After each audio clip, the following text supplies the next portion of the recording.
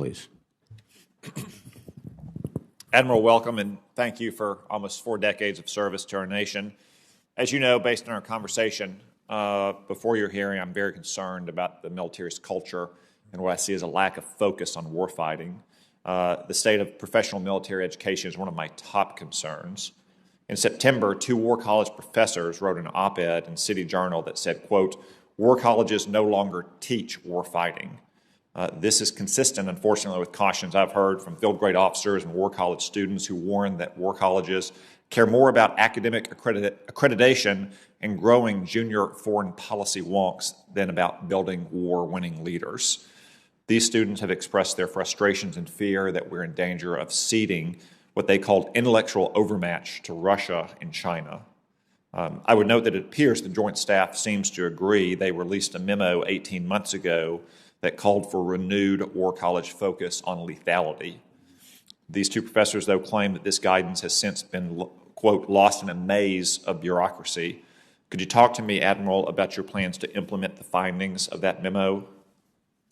Certainly. Thank you, and thanks for the discussion a couple of weeks ago. First, I'm a big fan of joint professional military education. And for me, and my experience at National War College and my interactions with the Naval War College as an example, the key for JPME is to go beyond the tactical to the operational and the strategic. I think that's where we need to center our war colleges going forward. There is an element of policy, but how does the military fit within the policy pieces of the diplomatic, informational, military, and economic?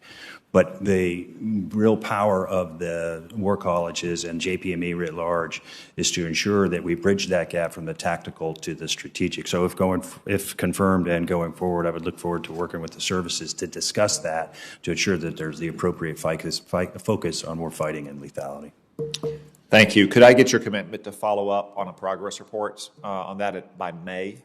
Yes, sir. Thank you.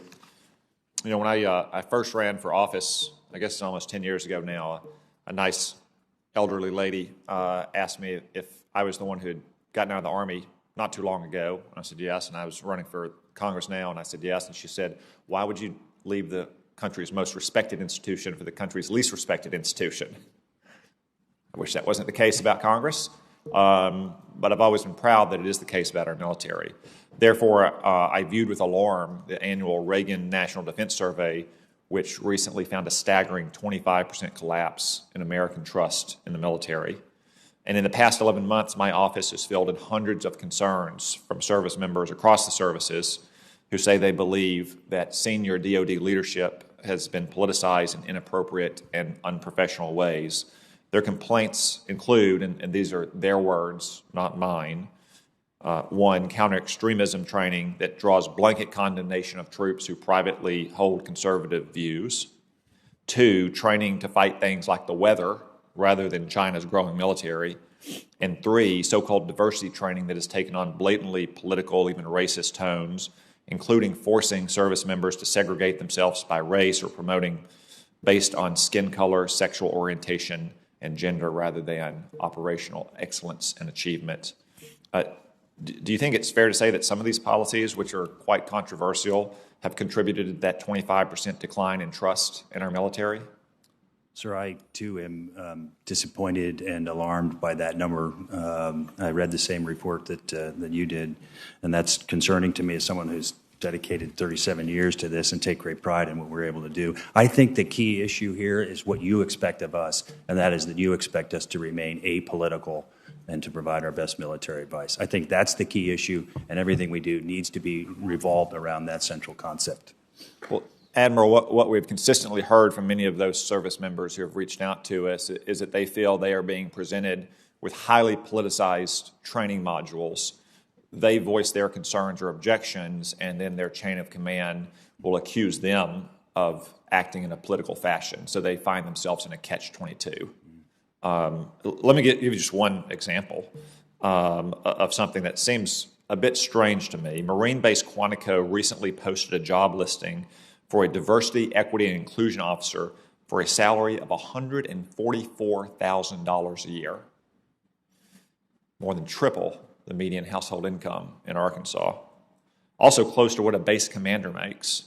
I mean, do you think that we should be paying $144,000 to a diversity, equity, and inclusion officer at Quantico? Is this the kind of thing that might cause Americans to lose confidence in the priorities of DoD leadership? Don't have the context for in which that billet was advertised. I do think we need to have important discussions about things like that. To the pay scale, I really can't comment on what that job is being asked to do. But again, I think the idea that you need from us is to be apolitical. And I want to go back to something you mentioned in your preamble there, sir, if I could, and that was that the concern on the part of the members who have communicated with you that they could not voice their views. I think the role of commanders is to create that open dialogue and have that ability to discuss things, and that there should be no reprisals for that kind of thing. And so going forward, we need to make sure we have that environment, the safe environment where people can have that open dialogue and that discussion. Yeah, my time's expired. I will just say that what we expect of you and all of the senior military leaders is to address these cultural challenges. We also have spoken before the hearing about my concerns on the surface Navy and its cultural challenge in the report that I released with Congressman Gallagher and a few other Navy veterans. We can write laws in this institution, we can pass budgets, but no organization can thrive and make real change without dynamic leadership. That's why they always said leadership was the most important element of combat power. So we're counting on you and other senior leaders to help address some of these cultural challenges and hopefully win back the quarter of the American people who said they've lost trust in our military. And that's what I expect to see, and that's what we'll be monitoring in the years ahead. Yes, sir. Thank you, Admiral. Thank you, Senator Cotton. Senator King, please. Thank you, Mr. Chairman. I just want to reemphasize the line of questioning that Senator Kane began with, and that is nuclear